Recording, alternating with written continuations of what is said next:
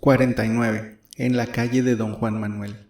Fue Serapio, uno de los 3 muchachos que, estando bien hallados en la hacienda de Arroyo Prieto, quisieron, como hemos dicho, buscar nuevas aventuras, quien contó a Relumbrón y a Lamparilla que se hallaban justamente de paseo en la finca el inesperado desenlace del segundo pronunciamiento de Valentín Cruz y el fin trágico de este caudillo y de su secretario, el licenciado don Crisanto Bedoya y Rangel. Serapio fue el primero que descargó su pistola a quemarropa sobre San Ciprián y el primero también que corrió a uña de caballo, escapando milagrosamente de la primera descarga. Lo que hizo, aprovechando la confusión y la noche, fue entrar a Guadalajara y refugiarse en casa de uno de sus parientes, y allí al día siguiente supo que sus 2 compañeros habían sido heridos y conducidos al hospital, que Valentín Cruz se había defendido como un valiente, trabándose una lucha personal entre él y San Ciprián, y que el licenciado Bedoya, queriendo huir sin duda, había recibido como 20 balazos en la espalda. Pasado el susto y temiendo Serapio ser perseguido, determinó volver a la hacienda, donde por lo menos tenía casa y pan seguro. Cuando acabó Serapio su relación, pues por el correo nada se había sabido hasta entonces, se retiró a descansar, y Lamparilla y Relumbrón quedaron solos. «Me lo temía», dijo Lamparilla, «pobre Bedoya, que pronto dio fin a su empresa, pero yo me lavo las manos, se lo dije y se lo repetí al despedirme, nunca probé su plan. Mi conciencia está tranquila». «Más lo está la mía», le contestó Relumbrón, «le confié una misión delicada creyéndolo un hombre de mundo y de experiencia, y no un niño ni un imbécil, que fue a meterse en la boca del lobo. Al fin, y según nos lo ha contado, todo fue culpa de Serapio, pues si no dispara su pistola, claro que los hubieran cogido a todos», interrumpió Lamparilla, «y amarrados los mandan a México. Ya eso hubiera sido otra cosa. Además, amigo mío, el que se mete en la policía que se llame militante, algo tiene que exponer». «¿Qué quiere usted?» «El destino, la fortuna y, en realidad, un pícaro menos en el mundo y un revolucionario de menos en México. El tío no podía ver ni pintado al tal Bedoya y no sentirá mucho su muerte». «¿Y qué va a decir el tío, como usted le dice al presidente cuando le refiera los pormenores?» «Lo esencial es que Valentín Cruz, que era el coco de Jalisco, desapareció de la escena, lo que de todas maneras es una ganancia. Ya pensará usted que nadie me dirá que sea desagradable, y yo en verdad le he hecho un gran servicio y trataré de sacar todas las ventajas posibles». Con estos y otros propósitos relativos al suceso, los 2 amigos montaron en el coche que ya los esperaba en la puerta de la hacienda para regresar a México, y como se ve, no derramaron ni una lágrima por la muerte del famoso licenciado. A Relumbrón, que apenas lo conocía, le era completamente indiferente, y Lamparilla por su parte se alegraba en su interior de no tener un amigo que ya le molestaba y que no hubiera dejado de causarle muchas dificultades cuando llegara el día de liquidar el negocio de Moctezuma III, que era únicamente cuestión de días. Así es la naturaleza humana. Con razón dicen los rancheros de tierra adentro que no hay más amigo que Dios, ni más pariente que un peso. Sucesivamente fueron llegando a México cartas de Guadalajara en que bajo reserva contaban el suceso de 1000 maneras distintas. Los enemigos de San Ciprián aseguraban que el licenciado Bedoya tenía una muchacha muy guapa a quien protegía, y que aquel supuesto motín, que no había sido más que un día de campo que duró hasta el anochecer, para asesinarlo cobardemente y quedarse con la muchacha, saciando su rabia aún después de muerto el pobre licenciado, disparándole muchos balazos, pues su cuerpo parecía un arnero. Otros referían que no era más que una humorada del tirano de Jalisco, que nunca dormía tranquilo si no derramaba sangre en la mañana o en la tarde después de comer. Se cambiaron comunicaciones reservadas muy importantes entre el ministro y el gobernador de Jalisco. Se mandó instruir una causa y poner preso en su cuartel a San Ciprián.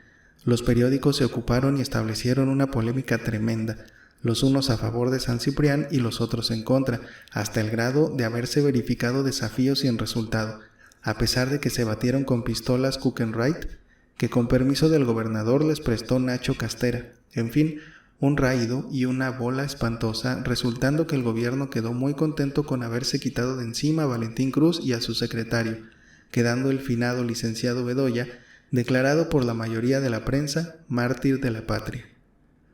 Para concluir con la fugaz y desgraciada carrera política del licenciado, que con tan buenos auspicios comenzó a brillar en la capital, diremos, refiriéndonos siempre a los rancheros de tierra adentro, que Dios castiga sin palo ni cuarta, y que no hay más que fijarse en los sucesos humanos y seguir la carrera tortuosa de las gentes para convencerse de que un día u otro Las malas acciones reciben un castigo.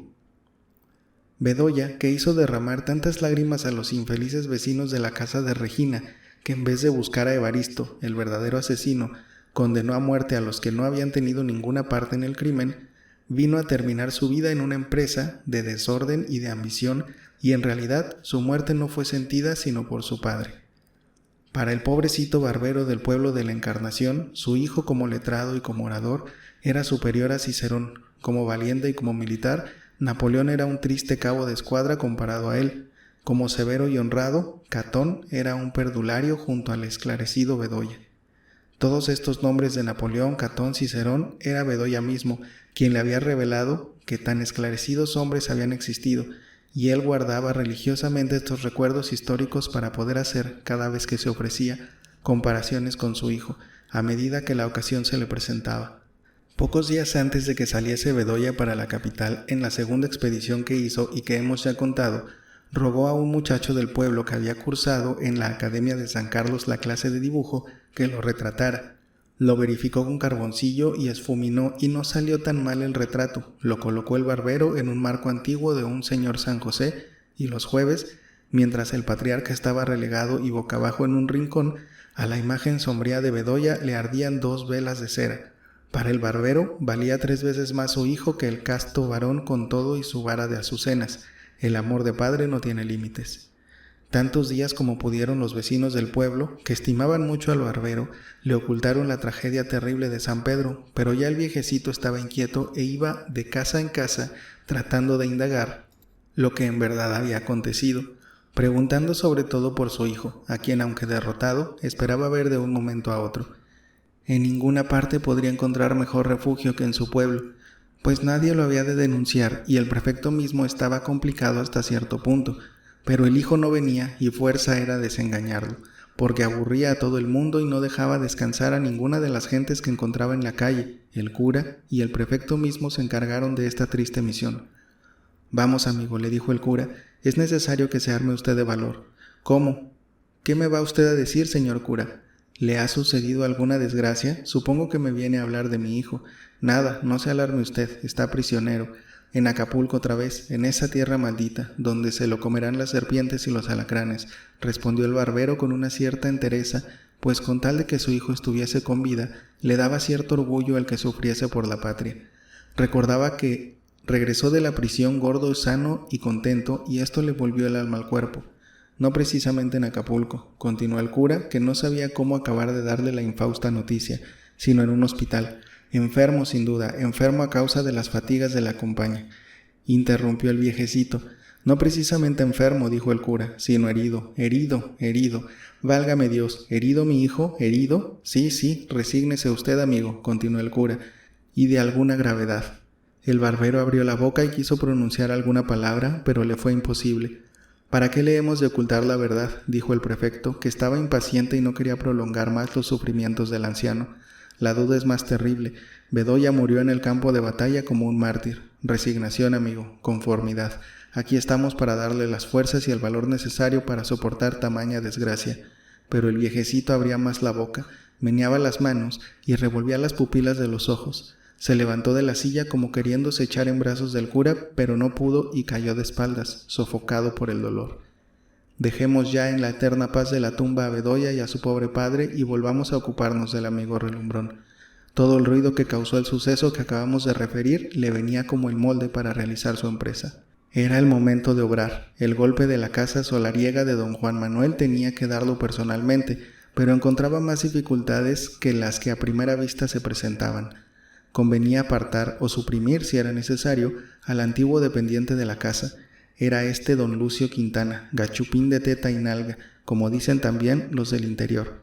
Testarudo como un burro, honrado hasta la exageración y mezquino hasta la miseria. Había servido durante 30 años al conde, sufriendo, sin alterarse, todas las tempestades y regaños, y respondiendo invariablemente: «Muy bien, señor conde, se hará lo que su señoría disponga», con lo que lograba aplacar los ímpetus de su amo. Ya en la hacienda unas temporadas, ya en la casa de la calle de don Juan Manuel otras, llevaba unas cuentas en un libro forrado de bandana encarnada, por un sistema que, lejos de ser doble, era el más claro del mundo, pues constaba en los asientos una razón muy circunstanciada del motivo por que entraba o salía dinero, para lo que obraba de entero acuerdo con Agustina, que era la tesorera. Si por el carácter peculiar del conde y la manera desordenada en que llevaba sus negocios se perdían algunas cantidades, don Remigio y don Lucio Quintana estaban prontos para advertir los errores y hacer los cobros. Sobre todo, la fortuna ayudaba por ese lado al conde y sus cuantiosos bienes daban para todo. Don Lucio Quintana, durante los años de servicio que contaba al lado del conde, había economizado casi todos sus sueldos, pues tenía la casa y la comida, y con un par de zapatos cada 6 meses y un vestido redondo de paño burdo cada año, estaba perfectamente. Había comprado una casita por el puente de Alvarado y prefería vivir en ella, especialmente cuando Agustina estaba en la hacienda. Asistía desde las 10 hasta las 4 de la tarde al escritorio, que estaba en una pieza baja, frente al cuarto del portero. A esas horas se retiraba, daba sus paseos por la Alameda. Al oscurecer se encerraba en su casa y a las 9 de la noche estaba ya durmiendo. Cuando las cajas estaban muy llenas, con discreción y en un coche de sitio, iba llevando las talegas al Montepío, donde el conde siempre tenía en depósito una fuerte cantidad. Escribía a este o a don Remigio 4 letras y esto era lo más fuerte de su trabajo.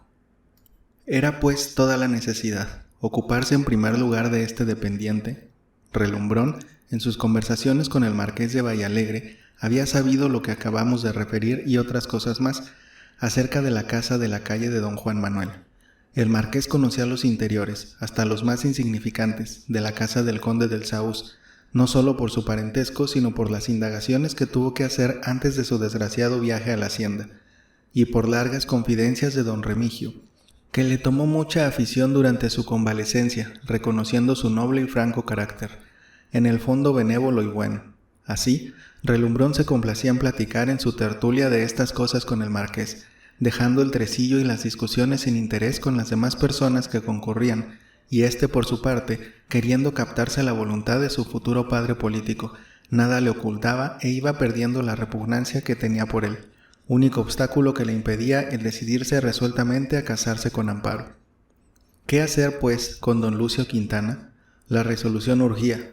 De un momento a otro podría volver Agustina de la hacienda, o el conde mismo, como lo anunciaba don Remigio en la última carta que le escribió al marqués, o lo que era más inmediato, que estando las cajas de cedro llenas de talegos de pesos con el producto de las ventas del ganado en la feria de San Juan de los Lagos, Quintana las trasladase al Montepío. Después de desvelarse varias noches, de concebir 1000 proyectos distintos y de hablar con Evaristo, de quien a su pesar tenía necesariamente que valerse, resolvió suprimir a Quintana, pues si se le dejaba existir al día siguiente sería descubierto el robo. Quedaba el portero, no había que vacilar, suprimir también al portero. ¿Y qué haría con las criadas viejas? Ya vería. Evaristo aprobaba estas ideas, animaba a Relumbrón, que vacilaba y adrede inventaba obstáculos y se comprometía a hacer personalmente estas operaciones sin ruido ni escándalo. Faltaba que resolver una dificultad. El dinero era mucho y la mayor parte en plata. ¿Cómo sacarlo sin ser descubierto y dónde se guardaba inmediatamente? Pues no podía entrar ni a la casa de Relumbrón, ni al taller del vestuario, ni mucho menos al Montepío o a la casa inglesa donde guardaba sus fondos. Eso sería después, poco a poco y bajo diferentes motivos. Los desanimó esta dificultad, y en las diversas conferencias que con este motivo tenían, estuvieron a punto de abandonar su proyecto.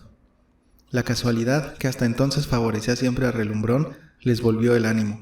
Una casa grande, pero en completa ruina, se remataba en pública almoneda ese mismo día, para liquidar una testamentaria.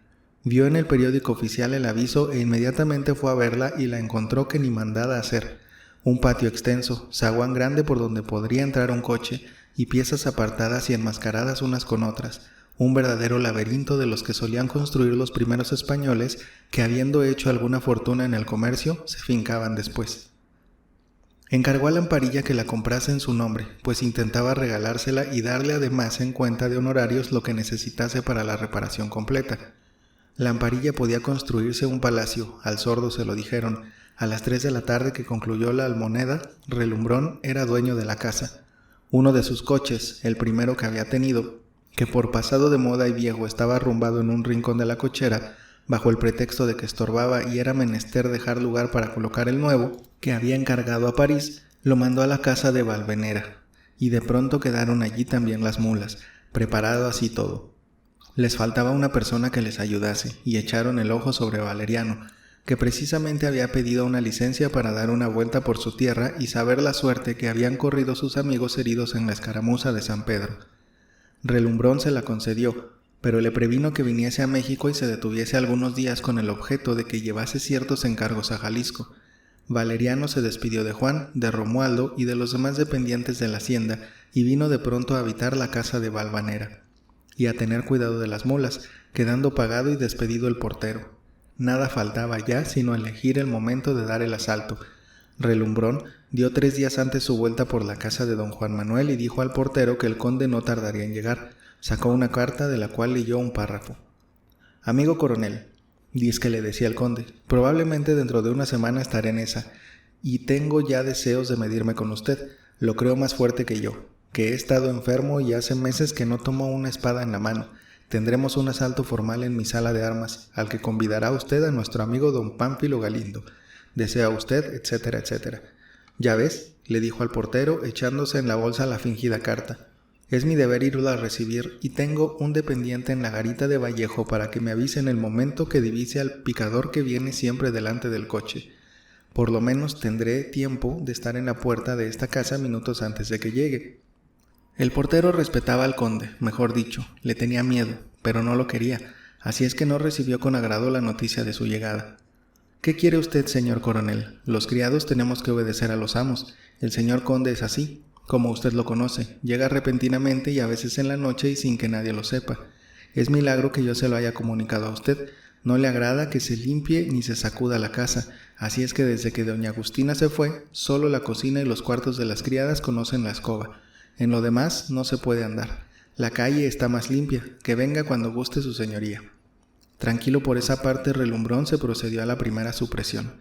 Una tarde, cerca de la oración, don Lucio Quintana se retiraba muy quitado de la pena a su casa. Llevaba en un pañuelo unas roscas de pan que llaman estribos y que acostumbraba a comprar para su desayuno en la panadería de San Diego, cuando lo detuvo un hombre bien vestido, pero a la manera de campesino o ranchero de tierra adentro. Dispense, señor, que lo detenga. Pero como conozco a usted y sé que es el dependiente del señor conde del Saúz, desearía saber cuándo llegará la partida de yeguas, pues trato de comprarla, o al menos la mitad. Como efectivamente don Remigio había escrito al dependiente, Relumbrón lo sabía por el marqués de Vallalegre, que mandaría una partida de yeguas, ningún inconveniente tuvo Quintana en entrar en conversación con el que lo interpelaba. Amigo, no es lugar este de hablar de negocios, le contestó. Pero ya que nos encontramos, le diré que no sé si han salido ya de las haciendas las yeguas. En todo caso, hacen más de 30 días de camino, pues vienen poco a poco, aprovechando los pastos. Así, creo que estarán en los potreros de Valbuena a fines del mes entrante. Me conviene mucho, pues precisamente a fin del mes recibiré el dinero de mi rancho para pagar al contado las yeguas. Ya le daré conciencia de mi persona. Ya se ve que se necesita, pues la casa del señor conde no trata con desconocidos. Tiene usted razón, y no dilataremos mucho en ser amigotes. En esta conversación fueron andando y llegaron al puente de Alvarado.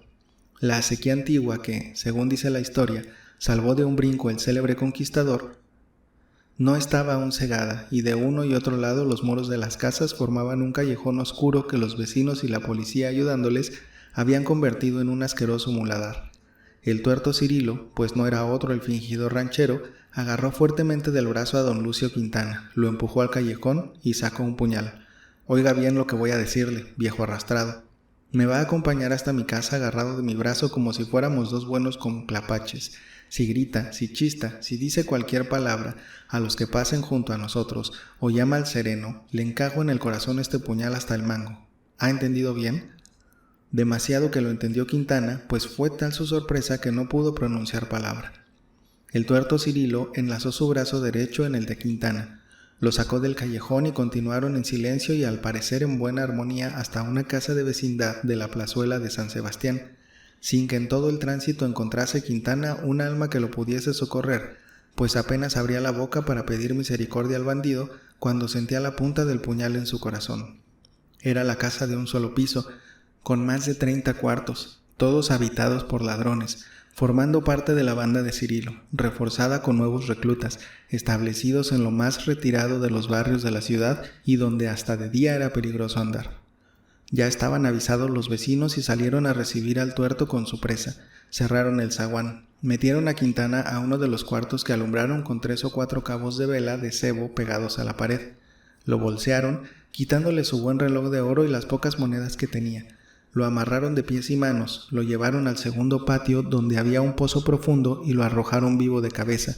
Enseguida echaron piedras y escombros de los muchos cuartos que estaban derrumbados, pues el propietario ni quería reedificar la casa ni se atrevía ningún cobrador a entrar en ella para recibir la renta. El verdadero propietario era el tuerto Cirilo. Que el pobre don Lucio Quintana gritó, se resistió, lloró, imploró la compasión de los desalmados. ¿Quién puede dudarlo? Él hizo todo lo posible en defensa de su vida, pero ni sus gritos fueron escuchados por nadie, ni en ninguno de esos seres feroces hubo un rasgo de compasión.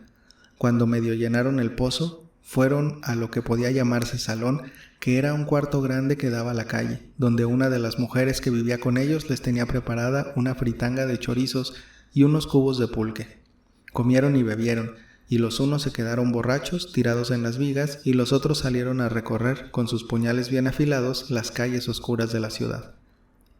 Cuando Relumbrón fue en la mañana siguiente al taller de vestuario, supo por doña Viviana que el asunto del dependiente del conde del Saúl se había concluido felizmente. No quiso saber ni cómo había sido, ni doña Viviana lo sabía en realidad, pero sí acto de contrición era capaz de tener, lo tuvo en ese momento, y habría prescindido de su empresa, pero ya era tarde. Toda la semana anterior había estado tan preocupado y triste que doña Severa y Amparo se lo conocieron, atreviéndose a preguntárselo. «Si es un apuro de dinero, ya sabes», le dijo su mujer, «que puedes disponer de lo mío». Amparo hizo más, fue a su ropero, sacó su cajita llena de moneditas de oro y se la presentó. «La he guardado para ti», y al decirle esto, le enlazó con sus brazos y le dio un beso en la frente. Relumbrón se desprendió de ella sin responderle una palabra y se limpió los ojos con su pañuelo. Con estas impresiones recibió la noticia de la supresión de Quintana, pero hemos dicho que no había remedio, fuerza era que el golpe se diese en la noche misma. A cosa de las 8, Relumbrón, Evaristo y Valeriano estaban reunidos en la casa de la calle del Puente de Valvanera. Relumbrón llevaba una bolsa de lona debajo de su capa, que contenía martillo, pinzas, berbiquí, ganzúas, todo un aparato para forzar las chapas o romper las cajas en caso necesario, pues suponía que no encontraría las llaves. Evaristo y Relumbrón, aunque sabían bien que no tendrían que combatir más que con un viejo débil y 3 mujeres tímidas, se armaron con pistolas y puñales de todas dimensiones. Los dos, sin saber por qué, tenían más miedo que si se tratase de un asalto en el monte a la diligencia. Valeriano no tenía ninguna arma, y era el que estaba tranquilo, pues ignoraba lo que iban a hacer. Obedecía simplemente al que acostumbraba, después de mucho tiempo, a llamar su patrón. Entre Evaristo y Valeriano guarnecieron las mulas y las pegaron al coche. Relumbrón entró y los otros 2 subieron al pescante. Cerca de las 9 salió el coche del patio de la casa. Evaristo se bajó del pescante a cerrar la puerta, guardó la llave en su bolsillo y partieron al trote. A poco, pues no había que andar más que en la calle de Valvanera, el coche paró en la casa del conde. La calle estaba sola y sombría. Las casas cerradas y los ricos hombres que vivían en ellas entregados al sueño, rezando o echando en familia su mano o malilla o de tresillo. El tiempo era húmedo y en el nublado cielo se dejaban ver apenas algunas estrellas. Relumbrón se apeó y sonó suavemente el aldabón. En 5 minutos ninguna respuesta. Probablemente el portero se había dormido. Volvió a tocar un poco más fuerte y nada. A la tercera, la ventanita enrejada del postigo se abrió y aparecieron detrás de ella los ojos y las narices del viejo. «¿Quién es a estas horas?» «José, el conde ha llegado», le contestó Relumbrón. «Abre, enciende el farol y sube a despertar a las criadas. Entre tanto, yo quedaré aquí». Se rompió cerca de la garita un rayo a una de las ruedas grandes del coche y se han detenido componiéndolo, pero es poca cosa y no dilatará en llegar. El portero tuvo desde luego una corazonada y vaciló, quedándose con sus narices pegadas a la rejilla y los ojos clavados en Relumbrón. «Abre», le dijo éste, «comienza a llover, y fuerte». En efecto, una nube gruesa pasaba por encima de esa parte de la ciudad arrojando un copioso rocío. El portero no se atrevió ni le ocurrió ninguna excusa. No podía tener sospecha ninguna de un coronel, de un hombre tan rico y amigo de su amo. Sin embargo, llamó su atención que el picador y parte de los criados, que llegaban un cuarto de hora antes que el conde, cuando venía a la hacienda, no hubiesen aparecido. Con cierta duda y repugnancia entró a su cuarto, Encendió una segunda vela y descolgó de un clavo de la pared la llave chica del postigo. Las demás de la puerta, pues eran 3, estaban reunidas en una argolla y pendientes de otro clavo. Apenas abrió el postigo cuando entró Relumbrón. Por un momento tragó que el viejo José no le abriría, con lo que no solo se frustraba el golpe, sino que asesinado Quintana, su falta se notaría al siguiente día. El portero lo avisaría al marqués de Vallalegre, que suponía ser el esposo de Mariana, pues ignoraba lo ocurrido en la hacienda. Se harían sus averiguaciones y de ellas resultaría que la venida del conde era una falsedad y la visita nocturna de Relumbrón en la casa de don Juan Manuel con ese pretexto la prueba concluyente de su culpabilidad. Cuestión de vida o muerte para el coronel, que tuvo 10 minutos de verdadera agonía. Tras de él entró Evaristo y los dos, con la precipitación que da el miedo, cerraron el postigo, se apoderaron de la llave y cayeron sobre el portero, que tenía en la mano una palmatoria con un cabo de vela, la que soltó cayendo al suelo, quedando solamente la rajadura de luz de la puerta del cuarto, donde ardía otra vela. El portero, viéndose acometido, dio un grito de terror, pero no pudo dar el segundo porque Evaristo lo había agarrado del cuello y con sus 2 toscas manos callosas le apretaba fuertemente hasta que le hizo salir toda la lengua y las pupilas de los ojos. En la lucha suprema de la muerte, el portero, aunque viejo, hizo un esfuerzo, se agarró de los cabellos de Relumbrón y Evaristo y los 3 cayeron revueltos en las losas del tránsito del zaguán al patio. Un momento quedó ese grupo de piernas, brazos y cabezas revueltas y formando en la media oscuridad de la noche, lluviosa, una especie de quimera o figura infernal que se fue descomponiendo poco a poco, pues Relumbrón quedó un momento aturdido con el golpe, quedando frente a frente los 2 asesinos con los cabellos erizados y las fisionomías descompuestas por el miedo y el crimen, y su víctima, retorcida e inerte, con la lengua saliéndosele de la boca y la fisionomía espantosa de las cariátides y monstruos de piedra que circundaban la cornisa de la azotea del tristísimo y sombrío palacio de la calle de don Juan Manuel. «Nos hemos salvado», dijo Relumbrón después de una larga pausa, respirando fuertemente, pues faltaba aire a sus pulmones, y metiendo la mano entre sus cabellos para alisarlos. «Si este miserable viejo no nos abre, somos perdidos y no hubiéramos tenido más que escoger entre el suicidio o la fuga». Buscaron sus sombreros, que habían rodado por el patio, y entraron al cuarto del portero, donde había, como se ha dicho, una luz, y se apoderaron de las llaves grandes del zaguán.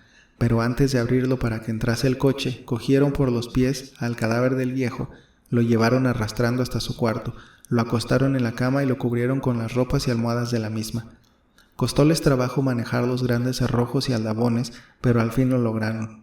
Valeriano entró en el coche y les dijo que desde que llegaron ni un alma había pasado por la calle ni los serenos estaban en las esquinas, pues se habían marchado con sus faroles. Relumbrón lo había previsto y arreglado. Cerradas de nuevo las pesadas puertas del zaguán, Valeriano quedó en el patio al cuidado del coche y Evaristo y Relumbrón, con la palmatoria en la mano, subieron las escaleras. La lucha que tenían que emprender con las mujeres era más dificultosa. Relumbrón, por las conversaciones diversas que había tenido con el marqués de Vallalegre, sabía que las cajas de cedro en que encerraba Agustín el dinero estaban en un cuarto de bóveda, detrás del archivo o biblioteca, y que se entraba por uno de los muchos estantes llenos de libros y papeles de que estaba rodeada la pieza, pero ¿por cuál de ellos? Eso era lo que no sabía, y si era necesaria, para abrir la enmascarada puerta, una llave especial o oprimir un resorte o quitar una moldura. Las criadas, especialmente las 2 más antiguas de la casa, deberían estar en el secreto, y el trabajo era descubrirlo por medio de amenazas y promesas. Si no se lograba esto, habían perdido su tiempo y matado inútilmente a 2 personas. En toda la noche era imposible demoler más de 20 estantes, ni los útiles que traían eran bastante para ello. Con esta duda acabaron de subir las escaleras y cuando observaron que todo estaba en silencio y las puertas cerradas, les escurrió otra dificultad. ¿Y si las criadas no nos quieren abrir? ¿Se asustan y suben a la azotea y gritan a la calle? Los serenos no vendrán, dijo Relumbrón contestando a las observaciones de Evaristo, pues aunque no saben lo que va a pasar, se han comprometido con el tuerto Cirilo a no aparecer por las esquinas sino hasta cosa de las 4 de la mañana.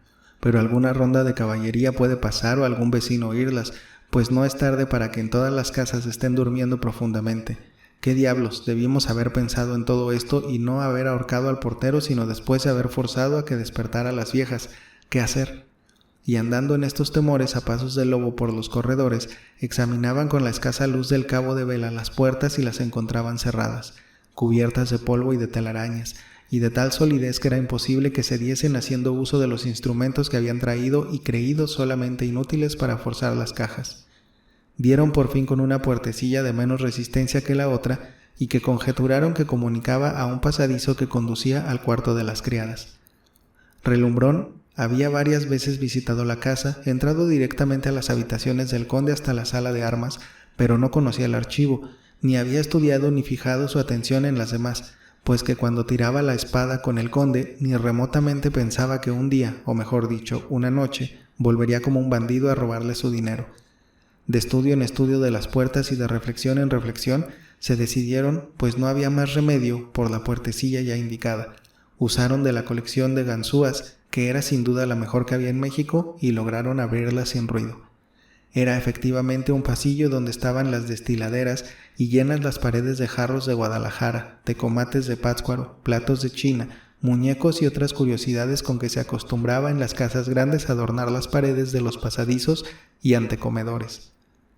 El pasadizo de 6 o 7 varas de largo terminaba en otra puerta también cerrada. Aplicaron las ganzúas y lograron también abrirla sin ruido alguno.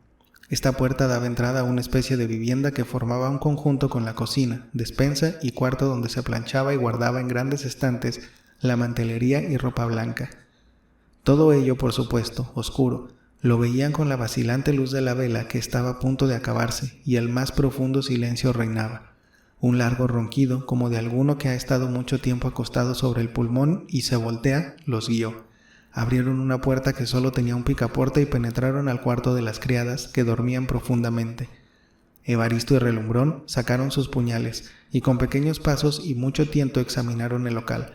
Eran 2 piezas, en una había 2 camas ocupadas por 2 ancianas, la cocinera y la recamarera antiguas en la casa y contemporáneas de Agustina. Las demás criadas, y había más de 4, galopina, fregona y recamarera, habían sido despedidas por no ser necesarias desde que el conde y Mariana se marcharon a la hacienda, y obedeciendo también el rarísimo capricho del conde de que sin su orden expresa no se había de sacudir ni barrer su habitación. En la segunda pieza, muy aseada y bien amueblada, había un solo lecho, y en él una muchachuela con 18 años, descubierto el seno y en parte las piernas, que salían fuera de las sábanas, sin duda a causa del calor de los cuartos completamente cerrados. La muchacha, lo mismo que las 2 criadas viejas, dormían con el sueño sabroso de la buena conciencia y de la seguridad completa, pues jamás habrían pensado que ladrones de ninguna clase hubiesen podido penetrar en aquel castillo, respetado y temido por todo el mundo por más de 40 años. El nombre solo del conde inspiraba miedo.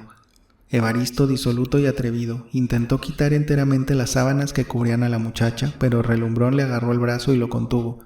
No venimos a eso, le dijo con mucha cólera. Con el dinero que te tocará tendrás para 100 mujeres. Después de la muerte de Tules, quiso Agustina tener una compañera y sacó del convento de San Bernardo a una muchacha huérfana llamada Consuelo, que adoptó por hija y a favor de la que hizo su testamento al marcharse a la hacienda. Era esta la que, descuidada, dormía en su cama y que excitó los pervertidos instintos de Evaristo. De violencias por el pronto, dijo Relumbrón en voz baja, o no sabremos dónde están las cajas. Las cajas yo sé dónde están, pues he entrado varias veces a esta casa, le contestó Evaristo con la misma voz, pero no sé qué demonios tengo, que siento como si me apretaran la cabeza con un fierro. ¿Cómo no me acordé del pasadizo y de estas piezas? De aquí saqué a mi mujer, que me dijo dormía en este mismo cuarto y en esta misma cama donde está la muchacha. Lo sé todo, de aquí sacaste a tu mujer, a quien asesinaste en una noche de borrachera. Evaristo se quedó mirando a Relumbrón con ojos iracundos. Vamos, retírate y déjame hacer lo que me parezca. Comenzó por cubrir con las ropas de la cama a la muchacha y moverla suavemente.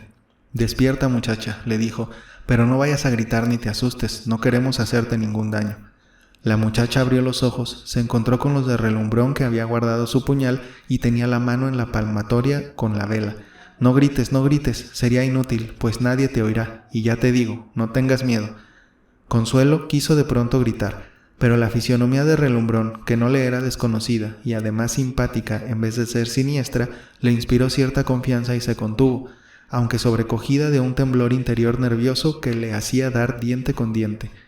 Como ya hablaban Relumbrón en voz alta lo mismo que Evaristo y se había escapado un pequeño grito agudo a Consuelo, las 2 ancianas despertaron y mirando hombres a tales horas comenzaron a gritar, a encomendarse a Dios y a pedir misericordia. Evaristo, que había encendido una vela que estaba en la mesita cerca de la cama de Consuelo, acudió con puñal en mano a la otra recámara. «Silencio, malditas brujas, o las hago pedazos con este puñal. Callen, nada se les hará con solo que respondan a lo que se les va a preguntar. ¿Dónde están las cajas con el dinero?» «Las cajas están en la recámara de doña Agustina», respondió temblando la cocinera. «No hay más que entrar, pero por Dios y su Santísima Madre no nos quiten la vida». «Quietas y sin chistar», les dijo Relumbrón. Los dos pasaron a la vivienda de Agustina, que se componía de 2 piezas, una de costura y otra que le servía de recámara. Efectivamente, había allí 2 cajas medianas, cuyas cerraduras forzaron fácilmente con los instrumentos que traían. Encontraron talegas vacías, papeles y un costalito fronterizo tejido con algodón de colores que contendría 60 o 70 pesos en moneda menuda. «Y para esto hemos venido y hemos ahorcado al portero», dijo Evaristo encarándose a Relumbrón con insolencia. «No son estas las cajas que buscamos, Evaristo», le contestó éste. «Las que tienen el tesoro están en la biblioteca. Es necesario transigir para que nos guíen». Diciendo esto, volvieron a los cuartos de las criadas, que temblando de miedo no osaban respirar recio ni abrir los ojos. «Vamos, no sean tontas», les dijo Relumbrón con voz suave. «Vístanse y vengan con nosotros para enseñarnos dónde están las cajas del conde. Las que hemos visto no tienen más que papeles y talegas vacías, y deben ser las de doña Agustina». Las 2 viejecitas obedecieron y dentro de las sábanas se vistieron. Consuelo ya lo había hecho. «Las cajas del señor conde», dijo la cocinera, «nunca las hemos visto en los años que llevamos en la casa. Están detrás de la biblioteca, pero no sabemos por cuál de los estantes se entrará. Vamos, pues que ustedes así lo mandan». Caminaron las 3 criadas escoltadas por Evaristo y Relumbrón, atravesaron varias piezas lúgubres con los muebles resguardados con fundas y alfombras cubiertas de telarañas y polvo, hasta que llegaron al gran salón que ya conocen los lectores. Una puerta primorosamente labrada y con sus cortinajes como los demás les dio entrada a la biblioteca. Era una pieza formando un cuadrilongo de cosa de 7 varas de largo por 6 de ancho, con un artesón de gruesas vigas de cedro con ménsulas terminadas en distintas figuras fantásticas y rodeada completamente de toscos estantes de cedro con gruesos alambrados. ¿Cuál de estos estantes daba entrada a la bóveda donde estaba el tesoro? «Ya les hemos asegurado», les dijo Relumbrón a las criadas con voz casi afectuosa, «que no les haremos ningún daño si nos señalan cuál es el estante que da entrada a donde están las cajas y la manera de abrirlo. Si se resisten, ya será otra cosa. Espero a que no nos obligarán a un extremo al que no queremos llegar». Se dirigía a la cocinera, que como más vieja, suponía enterada de los secretos de la casa. «Por esta cruz», e hizo la señal con la mano, «juro que no sé por dónde se entra. Creo que 2 veces en mi vida, en 20 años que llevo a servir al señor conde, he entrado en esta pieza. Así nada puedo decirles, y por la sangre de Cristo, que no me digan más, pues si me mataran sería lo mismo. Nada sé». Relumbrón, por supuesto, creyó que la fidelidad tradicional de las criadas que se engrían en una casa y sirven muchos años en ella impedía a la cocinera revelar el secreto. Así, se dirigió a la otra hasta con súplicas y obtuvo la misma respuesta. Entabló con la muchacha, aunque suponía que era la que menos podía saber el secreto, un diálogo no solo cariñoso y haciéndole 1000 promesas distintas, sino que llegó al grado de rogarle y prometerle que la sacaría esa misma noche de la casa, le aseguraría su suerte y, si era necesario, la tendría en su casa como su hija. Por supuesto, promesas que no pensaba cumplir, pero quería agotar hasta lo último el sistema de persuasión y de ruego, antes de llegar a las amenazas. Más de media hora luchó sin resultado, siempre la misma negativa. La verdad era que las 2 viejas ignoraban completamente el misterio y solo lo sabía Consuelo, que cada vez que había que introducir o sacar dinero, entraba con Agustina y le ayudaba. Consuelo, joven, robusta, servía más para esto que el mismo portero viejo y cansado. Relumbrón y Evaristo se miraban sin saber qué partido tomar. «Pues que nada nos quieren decir, estamos perdiendo el tiempo aquí. No hay más que matarlas». El tono decisivo con que el bandido pronunció estas palabras y el largo puñal que sacó de la bolsa de su chaqueta persuadió a aquellas pobres mujeres de que había llegado el último día de su vida, y cayeron de rodillas llorando amargamente y pidiendo misericordia a gritos. 5 minutos tienen, les dijo Relumbrón, a quien agradó el efecto que había producido la amenaza de Evaristo, para encomendar a Dios su alma, pero de ustedes depende. Si nos revelan el secreto, serán perdonadas.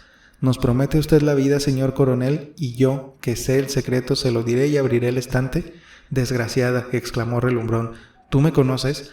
Al principio no, por la sorpresa y el miedo, pero después recordé que usted ha venido varias veces y ha entrado a la sala de armas con el señor conde. Desde el corredor los he visto entrar y salir».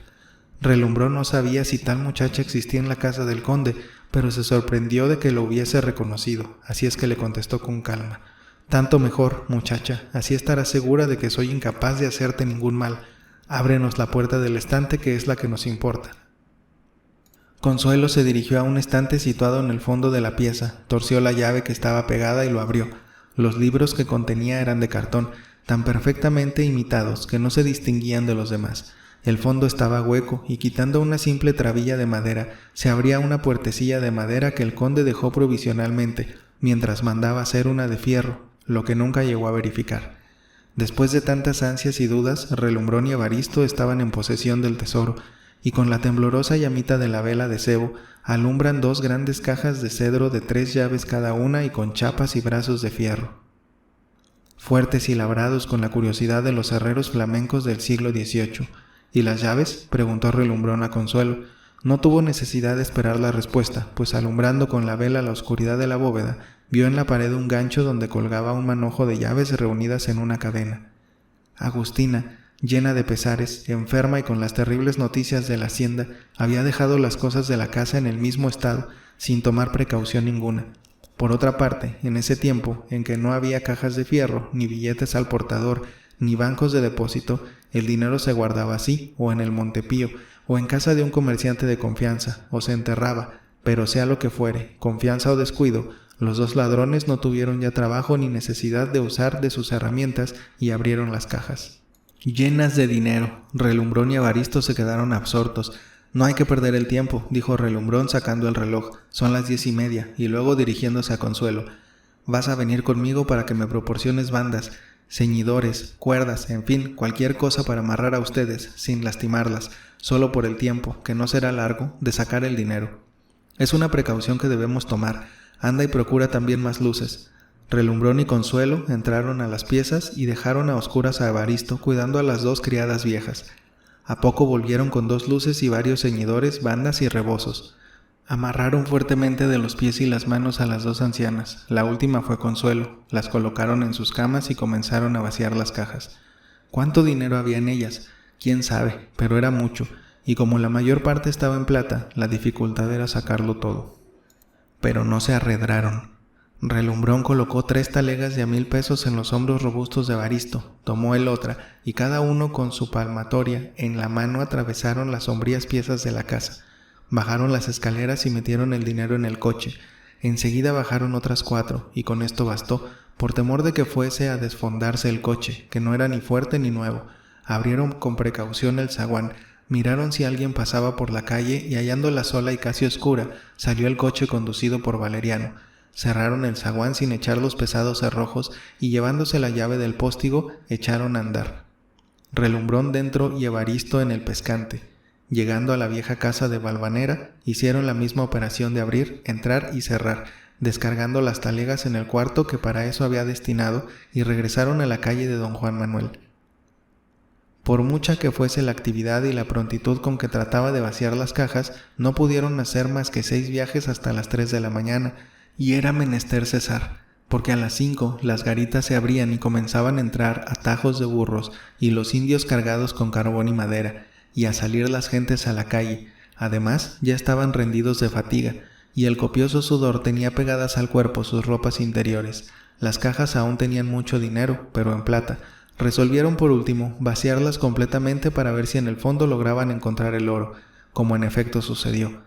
En una de ellas se hallaba un talego fronterizo de gamuza que al parecer contenía 1000 onzas de oro. «Parece que por ahora hemos concluido, mi coronel», dijo Evaristo. «Volveremos mañana». «De ninguna manera. Si esta noche hemos caminado con felicidad, mañana quién sabe lo que nos pasaría. Es que todavía hay, como usted ve, doble de lo que hemos acarreado, y es verdadera tontería dejarlo aquí». «Es lástima», dijo Relumbrón, «pero mañana tal vez vienen a tocar la casa con motivo de algún asunto o llegan criados de la hacienda, quizá la misma doña Agustina. No, nada, estoy decidido, esta noche terminamos». «Como mi coronel quiera», dijo Evaristo con tristeza. «Vámonos, pero ¿qué hacemos con estas mujeres?». Relumbrón meneó la cabeza, se quedó un momento pensativo y respondió: «He pensado mucho, al mismo tiempo que sacábamos el dinero, y no me ocurre nada, no hay remedio. Evaristo sacó su puñal y se dirigía a las recámaras oscuras donde estaban las mujeres. No, no, le dijo Relumbrón, darles de puñaladas no, llenar las camas de sangre, no, no. ¿Entonces?, preguntó Evaristo. Relumbrón pensó en Consuelo, mejor dicho, en Amparo. Consuelo a poco más o menos era de la misma edad que ella, los mismos ojos, el mismo corte de cara. Si fuese mi hija también, pensó. He tenido en mi vida tanta fortuna con las mujeres. Quía, eso no, me ocurre una idea. ¿Cuál, mi coronel? Si nos lleváramos a Consuelo, la verdad mucho me gusta y mi coronel lo ha conocido, pero llevarnos a esa muchacha sería llevar a la horca con nosotros. Conoce a usted, y por más que prometiera callar, el día menos pensado se escaparía, ni pensarlo, mi coronel. Mucho me gusta, pero es imposible que quede con vida. Relumbrón volvió a pensar en Amparo. En aquel momento no solo habría prescindido del dinero que había robado, sino habría dado el doble por no haber pisado esa noche fatal los umbrales de la casa del conde. Mi coronel tiene un buen corazón y no es para estas cosas. Váyase al coche a esperarme y yo dejaré todo aquí arreglado. Le juro que no derramaré una gota de sangre. Relumbrón, pensando en Consuelo, mejor dicho en Amparo, bajó lentamente las escaleras y se metió dentro del coche. Evaristo, cuando se vio solo, se encaminó con su palmatoria en la mano a las recámaras de las criadas. Tomó a una, amarrada como estaba, la cargó en las espaldas y se la llevó a la bóveda donde estaban las cajas, asegurándole siempre que nada le iba a hacer. Allí le rellenó la boca con pedazos de papel de China que encontró en la biblioteca, le envolvió la cabeza con un rebozo y la acostó en el fondo de la caja. Lo mismo hizo con la otra anciana. Llegó su turno a Consuelo. Como habían sacado todo el dinero en plata entalegado, para buscar el oro que al fin encontraron, Evaristo fue vaciando los pesos sobre los cuerpos de las tres desgraciadas hasta que los cubrió y se llenó la caja.